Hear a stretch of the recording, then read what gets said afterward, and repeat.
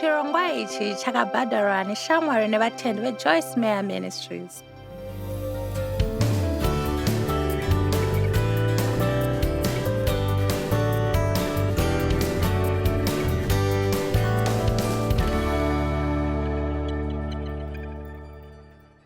Nyika yakazara nevanhu vane zvironda vasingazive kuva zvavari. Havasi kuva zvavari nekuda kwekuti vanofunga kuti zvavari hazvina basa. Saka vanonyebedzera kuve zvavasiri, kuve umwe munhu, kupfeka zviso, kuramba vachinyemwerera kuita kunge zvinhu zvese zvakanaka asi mukati vachirwadziwa. Mwari haade kuti tinyepedzere. Anoda kuti tivimbike, tigamuchire kuponeswa kwedu kwatakaitwa pakufa nekumuka pamuchinjikwa kwaKristu, uye tive vanhu chaivo vane kutenda nezvauri, uve nemachokwadi nezvauri muna Kristu, kuti usakwikwidzane nemunhu, kuti usazvifananidze nemunhu. Mumwe munhu ngaati hameni. Iko zvino ndine mashoko kwamuri. Hazvina kushata kusanzwa mushe. Tinoedza kuvharavhara kuvanhu tivaratidze kuti hatizi mushe. Tinoda kuti vanhu vafunge kuti tine zvese zvakarongeka. Ndinoreva kuti ndiri munhu akangorongeka munharaunda. Handina dambudziko, handina dambudziko. Hazvina basa bho. Paunoita mutendi kutaura kunosiyana, asi zvinhu zvinenge zvafana. Mwari ngaakudzwe. Maita Jesu. Mbiri kuna Mwari. Amen, amen, amen. Unoenda kukereke nechiso chekereke nekunyemwerera kusingapere. uKristu hwakadzidzira hako.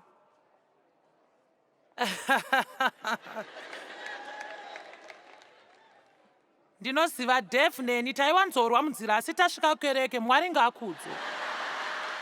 Mbiri kuna Mwari. Maita Jesu. Amen, amen, amen.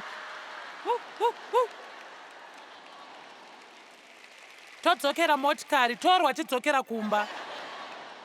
Ndaimutsamwira zvekare nekuti aida kuona bhora, uye ndoenda kuchimbuzi ndochema zuva rese. Ndopedza zuva rinotevera ndakatsamwa. Ndozviita vhiki rose. Ndodzokera kukereke svondo inouya. Mwari ngaakudzwe. Mbiri kuna Mwari. Pane ari kundinzwa here uko? Hongu. Ndinokuudzai chii? Mweya unoera unoda kushanda pazviri. Murege akubatsire usati wakanganisika. Obva amuregedza akugadzire zvakare, obva azviisa sezvazviri. Haukwanise kuwana rubatsiro kuna Mwari kana ukasabvuma kuti unoda rubatsiro. Chinhu chekutanga chanofanira kuita, enda kuna Mwari woti ndinokudai Mwari, uye ndinokufarira, asi ndiri kuda kubatsirwa. Uye ndinoda chokwadi. Handida kugara mukunyengerwa. Uyu umwe munamato wekushandisa zuva nezuva. Mwari, vhurai maziso angu ndione zvakavandika, uye mundidzidzisewo chokwadi. Tichataura zvakawanda pamusoro pekunyengerwa pane mamwe mashoko, nekuti takanyengerwa pazvinhu zvakawanda. Tinofunga kuti munhu wese ane dambudziko. Imhosva yako handisi kufara, imhosva yako handina mufaro. Ukaita izvi, ini ndinenge ndisina dambudziko iri. Mapisarema 109:22. Ngatitarirei kuti Dhavhidhi anga akavimbika sei. Nekuti ndiri murombo ndinoshayiwa nemwoyo wangu wakakuvara mukati mangu. Ndinokuudzai, munyori Dhavhidhi aive akavimbika pana Mwari. Ukaverenga mapisarema unoona kuti aisaita mutambo wokutamba kana kunyebedzera. Naika, regai nditi zvekare, hazvina kushata kuve usina kunaka. Kana usiri kufara, usanyebedzere kunge uri kufara. Unogona kuti ndinoda rubatsiro. Ndinoda rubatsiro kubva kuna Mwari. Jakobo 5:16 inoti, naizvozvo revururai zvivi zvenyu, munyengeterane kuti muporeswe, nemupfungwa nemumwoyo. Zvakadaro tinoziva tinokwanisa kureurura zvivi zvedu. uye ruregero runobva kwaari, Mwari. Asi zvakanaka dzimwe nguva kuti titaure nomumwe munhu tiburitse zviri mumwoyo medu. Dambudziko ratinaro mazuva ano nderekuti kutendeka nekuvimbika kuchipo uye kuremekedza izwi vana ravasingachazive mazuva ano. Vanhu vakawanda vanoshaya munhu wavangataura naye uye wavanovimba naye kuti asazodze vanhu. Asi vanhu variko. Sarudza neungwaru, tsvaka shamwari yakanaka. Hama yaunovimba nayo, mukuru wekereke, kana uchida munhu wekutaura naye waungavimba. Handikurudzire vanhu kuti vaende vanogara vachitsuura kwemakore 20, asi kana uchida vakabatwa nemutemo kuti vatisataure zvakavanzika. Dzimwe nguva tinoda kuburitsa tauro. Tinongoda kungozviburitsa kwemakore nemakore nemakore. Unoziva, ndakange ndiri kuma20 ndisandaudza munhu zvanga zvaitika kwandiri. Chinhu chakavandika chinorwadza kugara nacho kwemakore mazhinji akadaro. Kose ndisina kuudza vanhu, ndaitya kuti vanondifungira zvii. Ndaitya kuti baba vangu vanoziva ndaudza umwe munhu. Ndaitya kuti mai vangu vanozoziva ndaudza umwe munhu. Ndo zvinoda Satani kuti tigare mukutya. Anoda kuti tikanganisa upenyu hwedu tobva tatya kuti umwe munhu angazive zviri kuitika. Pamwe waimbova mhombwe izvezvi wakutya kuti umwe munhu achazvibata. Chero zvako zviri kuitika.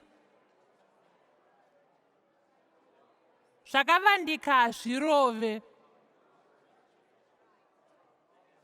Zvinongoramba zvichitidya. Pana kunaka kwekureurura zvitadzo zvako kune umwe neumwe kuti uponeswe. Dzimwe nguva kana une zviri kukunetsa, muvengi achikushungurudza iwe usingakwanise kupesana nazvo. Ndinorangarira imwe nguva ndaive negodo neumwe munhu. Ndaisada kunzwa kudara si zvazvakapusa, asi ndaingonzwa zvakadaro hapana zvandaiita. Ndakanzwa kunge Mwari vanga vaisa mwoyo mangu, uye ndaida kunoudza Devhu. Ndomuudza kuti handinamatirewo. Kuzvininipisa dzimwe nguva kuudza umwe munhu zvauri kusangana nazvo zvawaita. Imomo mukuzvininipisa ndipo patinopiwa rubatsiro naMwari. Mwari anobatsira vakazvininipisa. Mwari anobatsira avo vanozvipira kuti ndinoda rubatsiro. Usagare murima uri wega. Zvanoburitsa pachena zvafumuka. Nguva zhinji patinosangana dambudziko tichinetseka tinopomera umwe munhu, imhosva yeumwe munhu. Zvakatangira mubindu zvekupomerana zvikaenderera mberi muupenyu hwemunhu wese wese. Ndakazviita newe ukazviitawo. Ndikanonoka kubasa, imhosva yeumwe munhu. Umwe munhu kumba haana kuita zvanga achifanira kuita, zvandazopedzisira ndikaita zvozonyatsoita kuti ndinonoke. Hande. Hatimbofungawo kuti sei tisina kumuka makuseni kuti kusiya chinguva muupenyu hwedu kuti tigovhuma mhosva yezvinhu zvasesina kugadzirira. Usaregere umwe munhu achikupomera nyaya yematambudziko avo, newe usapomere vanhu nenyaya yematambudziko ako. Unoti haisi mhosva yangu, umwe munhu akazviita kwandiri. Unoziva pamwe nzira yauri izvezvi haisi mhosva yako. Usaregere zvakaitika kwauri kuti zviite chikonzero chekuti uramba wakadaro. Unoziva pandakatanga kuzvibata kuti Mwari ane hanya neupenyu hwangu, zvisiri zvekungoponeswa kuti ndikwanise kungoti ndiende hangu kudenga ndoita zimba rangu nekamufaro. Ndakashamisika pandakawana kuti ndaive ndiri kushungurudzika kwakawanda muupenyu hwangu nezvinhu zvakaitika kare, uye paive nechitendero mubhaibheri rinobata chimwe nechimwe chaivapo. Hapana marwadzo andaifanira kugara nawo, kuti Mwari ainge akatozvigadzirisa. Ndaifanira kutsvaga zvangu zvakabhadharwa kare zvikasvitswa kwandiri neropa raKristu, uye ndaifanira kuvhura zvinhu izvo ndobva ndanakidzwa neupenyu Jesu hwakandifira kuti ndive navo. Pamwe newe hautombozvizivewo. Pamwe munhu akudhonzera pano nhasi, pamwe akupa chikafu akakuvimbisa zvinhu zvakasiyana siyana ukauya.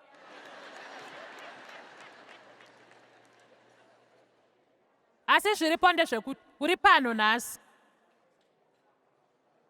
uya usati watombobuda panze.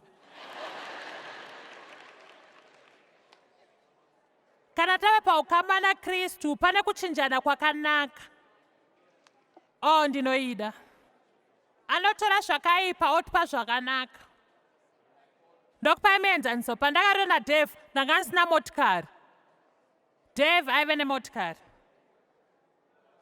Pandakangoti chete hongu ndinoda, ndakabva ndaitawo motikari. Vanganyanyi vari kuzvibata. Makundinzwisisa nhaika. Hoi, honai, pano paunoti ndinogamuchira mari zvafanana kuti ndinoda. Zvakanaka zvinobva zvakuvharidzirai mukushaya kwenyu. Kusave kwangu nemotikari kwakambedzwa naDave aive nemotikari. Zvaive zvakanakisa. Pachinguva ndane nezvinhu zvakasiyana-siyana zvandandisina. Zvinhu zvakanaka. Mwari anotipa kufara pakuchema, kunaka pamadota, kurumbidza pane kusuwa, kuzviremekedza pane kushorwa, kuregerera pane kupomerwa, kutenda pane kuva nemhosva, kunaka pane kuzvisunga. Zvichienda zvakadaro. Asi haukwanise kuchengeta madota woramba wakanaka. Zvinoti akudzika-dzika.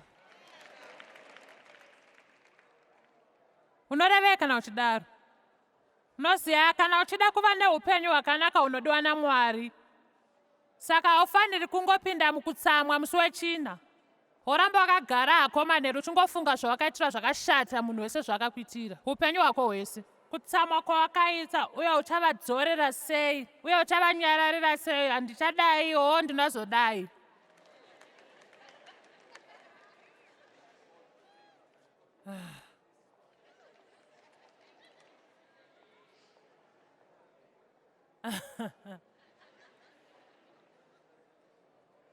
Unofanira kusiya madota ako.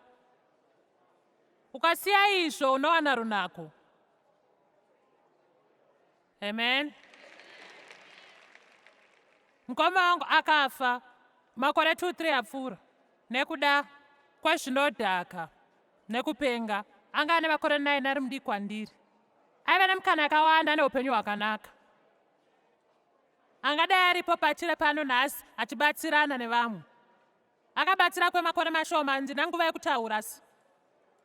Pavakazomuwana muimba inoyi, nyama yake yange yakaora uye takaita zvekumupisa. Vakadzosa madota ake tikamaendesa kunzvimbo yakanaka yatikawana. Tikaparadza madota ake panzvimbo yakanaka. Iye anga asina upenyu hwakanaka asi madota ake anga aive panzvimbo yakanaka. Nekuti takavimba nezvinhu zvaakasangana nazvo kare. Kuti Mwari vakamutambira mudenga nokuti anga agamuchira Mwari semununuri. Anga akangokanganisika zvake. Akanga angori munhu akakanganisika. Mwari anyatsori nenyasha.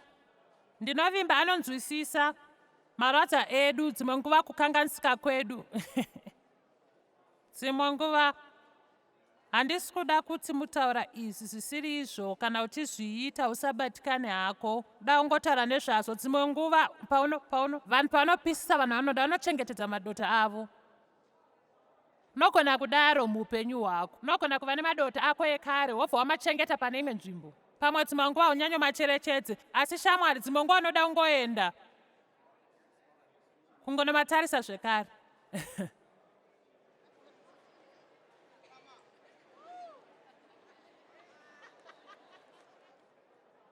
Rungokurudzira kuti utore madota ekare wobva wangonomawaridza kune imwe nzvimbo kuti ubude zvakanaka. Amen. Unoona, pandakaisa mukoma wangu matsito ake, hapana panchaenda kunomatora zvekare. Mwari ada kuti ubude pano nhasi uchiziva kuti hapana paucharara zvekare nemadatya. Chii? Wasvika seko kumatatya? Handei kuna Exodo 8.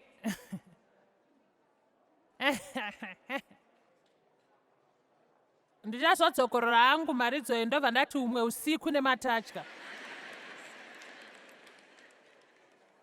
Exodo 8. VaIsraeri vari muutapwa kuIjipita vakachema kuna Mwari kuti avatumire mununuri. Mozisi aiva muKristu akatumwa kuzovadzikinura. Faro akamirira Satani akanga asingade kuti vaende. Saka Mwari akatumira madenda rimwe nerimwe akati muchashushikana kusvikira waregera vanhu vangu vaende. Rimwe denda raive rematatya. Zvino chikamu 8:1 zvino Jehovha akati kuna Mozisi, pinda kuna Farao uti kwaari, zvanzi naJehovha, regera vanhu vangu vaende vanondinamata. Ndiri pano usiku hwanhasi kuti udze muvengi kuti regera vanhu vaMwari vaende vanonamata Mwari. Amen. Ndichave muturikiri waMwari usiku huno. Ndoti regera vanhu vaMwari vaende. Amen. Kana ukaramba kuti vanhu vangu vaende, ndichatumira matatya akawanda. Rwizi ruchazara nematatya. Achakwira achipinda mumba menyu, nemuimba yokurara, pambedha pako, pamusoro pevanhu vako, pamunodyira, nendiro dzamunokanyira, nemune zvekudya. Mwari ari kuratidza mufananidzo pano. Matatya kwese. Unoziva kana une kutambudzika mupenyu hwako, iri kwese kwaunoenda. Matatya. Matatya ekuchinzira urombo, matatya ekutsamwa, matatya ekubatikana, matatya eruvengo. Muri kumbondinzwa here? Matatya. Nhaika. Jehovha akati kuna Mozisi, iti kuna Aroni, tambanudza ruoko rwako rwakabata tsvimbo yako pamusoro penzisi, hova nemadziva, uite kuti matatya akwire panyika yeIjipita. Ipapo Aroni akatambanudza ruoko rwake pamusoro pemvura yeIjipita. Matatya akakwira akafukidza nyika yeIjipita. N'anga dzikaita saizvozvo neuroyi hwavo nezvinovandika, asi ivo vakabva vaburitsa mamwe matatya. Ndakabva ndafunga zvinhu zvinonakidza, nokuti zvinenge Farao pane kuti anamate Mwari, ndazvinzwa, bvisai matatya. Akaenda kuvanhu kuti apedze dambudziko. Zvawangoita kugadzira mamwe madatya. Handei, paunoenda kuvanhu kuti vabatsira matambudziko ako, Mwari anofanira kunge achikubatsira. Uchangowana matatya pamusoro pemamwe matatya.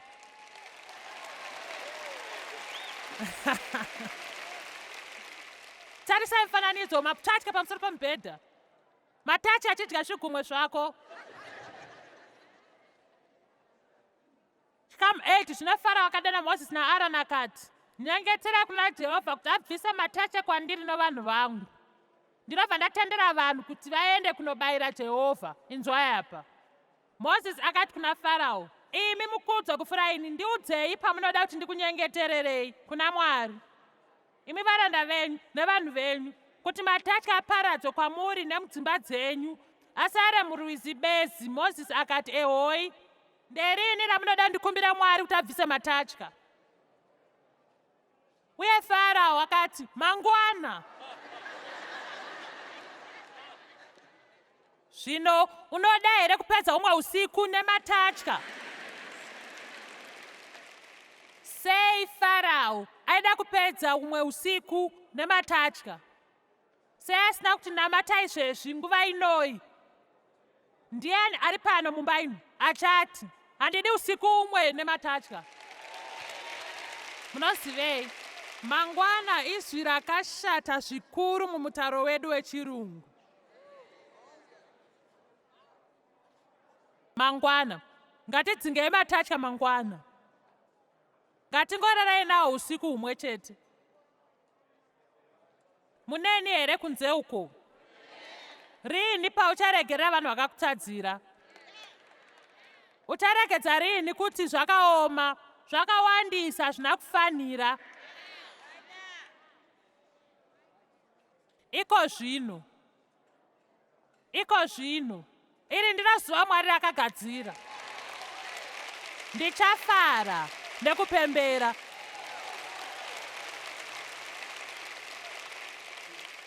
Ndeipi nguva yakakosha mupenyu hwako? Vazhinji vanogona kuti zuva randakagamuchira Jesu. Vazhinji venu pamwe nhasi. Vamwe vanoti pandakaroorwa, pandakaita vana. Muri kutadza mese. Chinhu chakakosha mupenyu hwako inguva inoyi izvezvi, nekuti ndiyo yoga yaunoziva zvechokwadi kuti unayo. Zvanezuro zvakapfuura, hakwanisa kudzokera kunochinja zvakaitwa nevanhu. Asi unogona kutora sarudzo nhasi kuti hausi kurara nematatya umwe usiku. Hausi kuzorega munhu zvakakuita makore 20 years apfuura kuti zvirambe zvikukanganisa upenyu hwako. Ucharamba uchienderera mberi, uchawana runako pamadota, kufara pakuchema, kurumbidza pakuremerwa. Amen. Jesu akadyisa zviuru zvevanhu nechikafu chemwanakomana, uye zvakapota zvisingakwani kupa vanhu. Pave nezvichingwa zvishoma netuhove tushoma nevanhu vakawanda. Asi mwanakomana akati, ndokupai kudya kwangu mozoita zvamunoda. Nekuti Jesu akabva azviwedzera nechishamiso, chakabva chakwana kupa vanhu vose. Pane chiripo ipapo, ukapa Jesu zvaunazvo,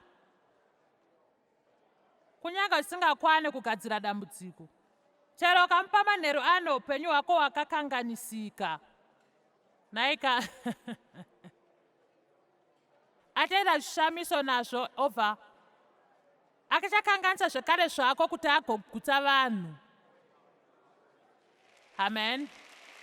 Ndiri kukudyisai usiku huno shoko raMwari. Ndiri kutsamura chingwa ndichitaura kudai.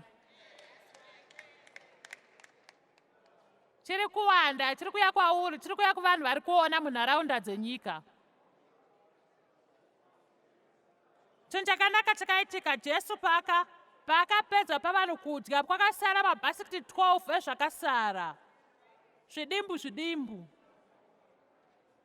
Jesu akati, unganidzai zvasara, hapana chinoraswa.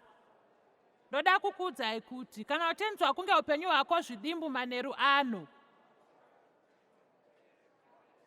ukarekera Jesu azviunganidze, anoita kuti zvese zvakare zvako zvisarasike. Kurwadziwa kwako kunove kubudirira kwoumwe. Kukanganisika kwako kuchava chidzidzo chako. Zvawakasangana nazvo zvingava chishamiso chako uye nechishamiso cheumwe munhu. Unoziva makore akawanda ndakati dai ndisina kubatwa chibharo. Dai ndisina kubatwa chibharo.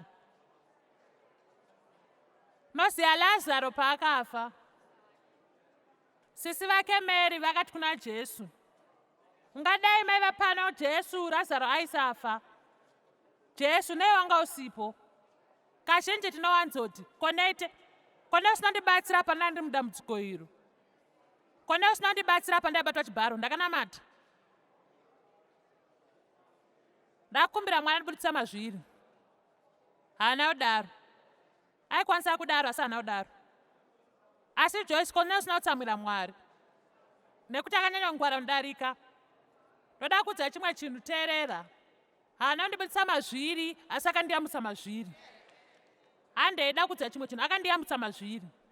Da kuudzai chimwe chinhu, iyi nzira. Ndakawana chidzidzo naMwari. Iko zvino akatora zvidimbu zvese izvi. Nguva inoyi izvezvi, shoko rino, kuporeswa kwangu nekuvakwa kwangu, shoko rino rimwe anokwanisa kubatsira vanhu vakawanda mugwara ravo ritsva yekuponeswa muupenyu hwavo. Munozivei, Mwari vangadai vakandiburitsa mari dati vandiburise zvange zvakanaka nokuti ndaisarwadziswa. Ndingadai sina mari idzoyi nhasi. Ndingadai sina mari idzoyi. Uye munozivei, handizivi kuti Mwari vanozviita sei. Dzimwe nguva zvinoita kunga zvina kufanira, asi ndokuudzai chimwe chinhu. Zvese zvandakarasikirwa, mudiwa, mira ndikuudzei, Mwari akandiwedzera pakushushikana kwangu. amen. Uye achaita zvakadaro kwauri. Hapachina matatya. Ndinovimba kuti inguva yokuti tiite sarudzo tibude muusungwa. Siya matatya kumashure owana kusunungurwa. Kristu kwaakafira kuti uve nako. Usagare mukurwadziwa kwako kwekare rimwe zuva rinotevera.